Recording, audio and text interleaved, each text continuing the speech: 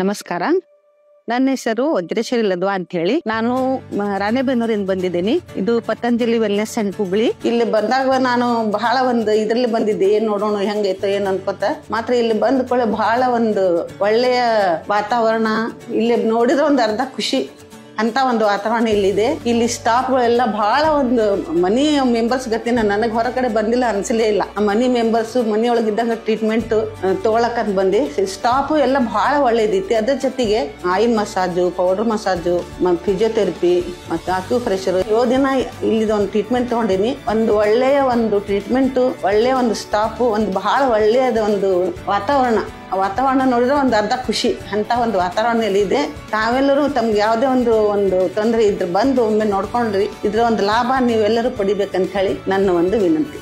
ನಮಸ್ತೆ.